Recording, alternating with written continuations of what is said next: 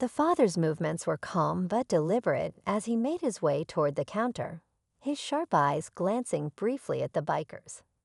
To the casual observer, he looked like any other diner patron: plain jeans, a button-up shirt, nothing flashy. But beneath the ordinary exterior was a man who had faced situations far more dangerous than a group of loudmouth troublemakers. He knew better than to act impulsively. For now, he just wanted to assess the situation. Meanwhile, the bikers, oblivious to his presence, grew louder. They joked about the girl's appearance, their laughter filling the air as the diner staff shifted uncomfortably, unsure of what to do. The girl, still seated in the corner, tried to shrink into herself, her eyes darting toward her father. She knew he'd noticed, but what was he going to do? The bikers didn't know it yet, but they were about to meet a side of him they'd never expect. The father stopped at the counter, pretending to examine the menu while his sharp mind took everything in. He wasn't just watching the bikers, he was observing the entire diner. The staff frozen in awkward silence. The other customers shifting uncomfortably but avoiding eye contact. Everyone had heard the cruel comments, but no one seemed willing to step in. One of the bikers, a burly man with a patch-covered jacket, leaned back in his chair, throwing out another loud joke that sent the others into fits of laughter. The father's hands tightened slightly on the counter. He wasn't just angry, he was calculating.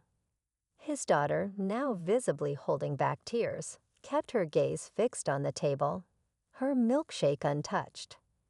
What the bikers didn't realize was that their careless actions had turned an ordinary diner visit into something far more serious. For the father, this wasn't just about standing up for his daughter. It was about sending a message they wouldn't forget. The father straightened up from the counter, his calm demeanor unshaken, but his presence suddenly commanding. He walked slowly toward the biker's table, each step deliberate. The chatter in the diner began to die down as other patrons noticed his movement. Even the staff behind the counter exchanged nervous glances, sensing that something was about to unfold. The bikers, still laughing among themselves, didn't notice him at first. But when he stopped right next to their table, the largest of the group turned to face him, a smirk on his face. "Can we help you with something, old man?" he asked mockingly, his tone dripping with arrogance.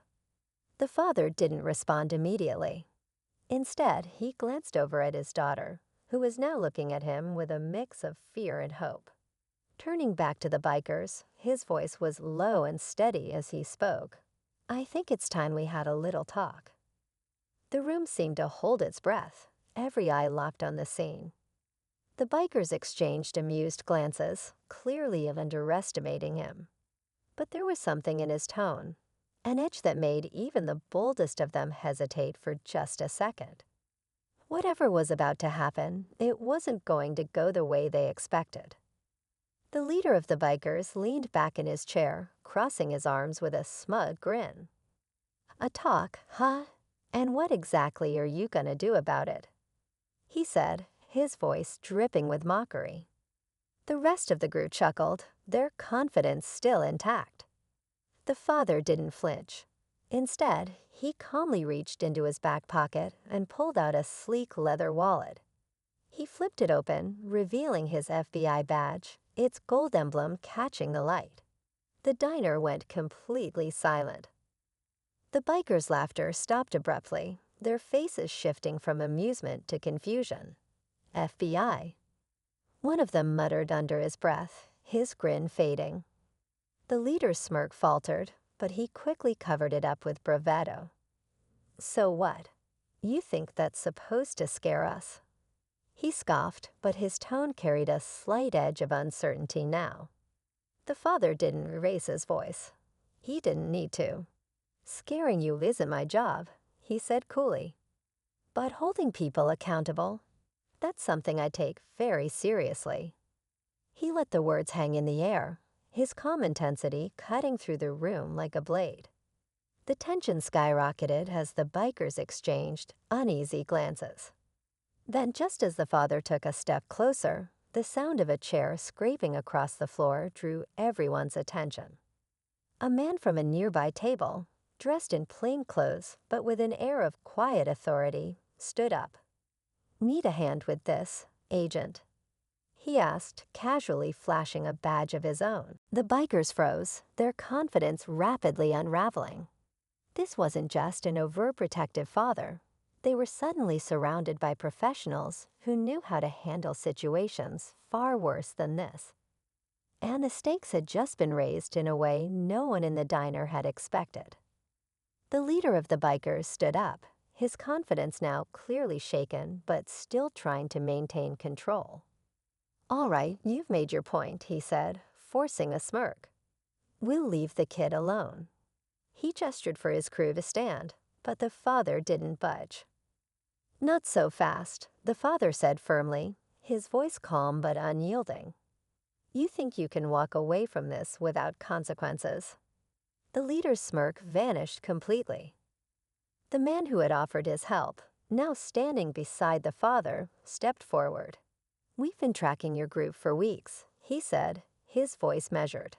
"Illegal weapons deals, extortion, and now harassment. You picked the wrong diner and the wrong family." He pulled out his phone, showing a live feed of undercover agents closing in on the bikers' motorcycles outside. The bikers, now visibly panicked, realized they were cornered. One of them tried to make a break for the door, but before he could even take 2 steps, more agents walked in, their badges flashing as they calmly blocked the exits.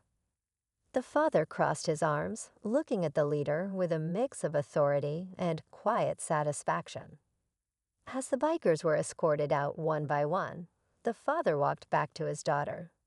She looked up at him, her eyes still watery, but now filled with relief. "Are you okay?" he asked softly. She nodded, managing a small smile. But just as the tension seemed to ease, the father's phone buzzed. He glanced at the screen, his expression tightening slightly. "Looks like this isn't over yet," he said under his breath, slipping his phone back into his pocket. He gave his daughter a reassuring look. "Let's get you home." The diner returned to its usual hum, but those who witnessed the scene knew they'd just seen something far from ordinary. And as the father led his daughter out, his mind was already focused on the bigger storm looming ahead. As the father and his daughter stepped out into the crisp night air, the flashing lights of unmarked cars and the murmurs of agents wrapping up the scene filled the parking lot. The girl looked up at her father, her voice soft. "Do you deal with people like that a lot?" He smiled gently, placing a protective hand on her shoulder. "Sometimes," he replied, "but what matters is knowing when to stand up for what's right, and how to do it." They walked toward their car, the tension of the night slowly fading. The father glanced back at the diner one last time, his mind briefly on the bikers. He knew their choices had led them here, but he also hoped this would be a turning point for them. As they drove away, his daughter smiled faintly. "Thanks, Dad." He looked over and gave her a reassuring nod. "Always."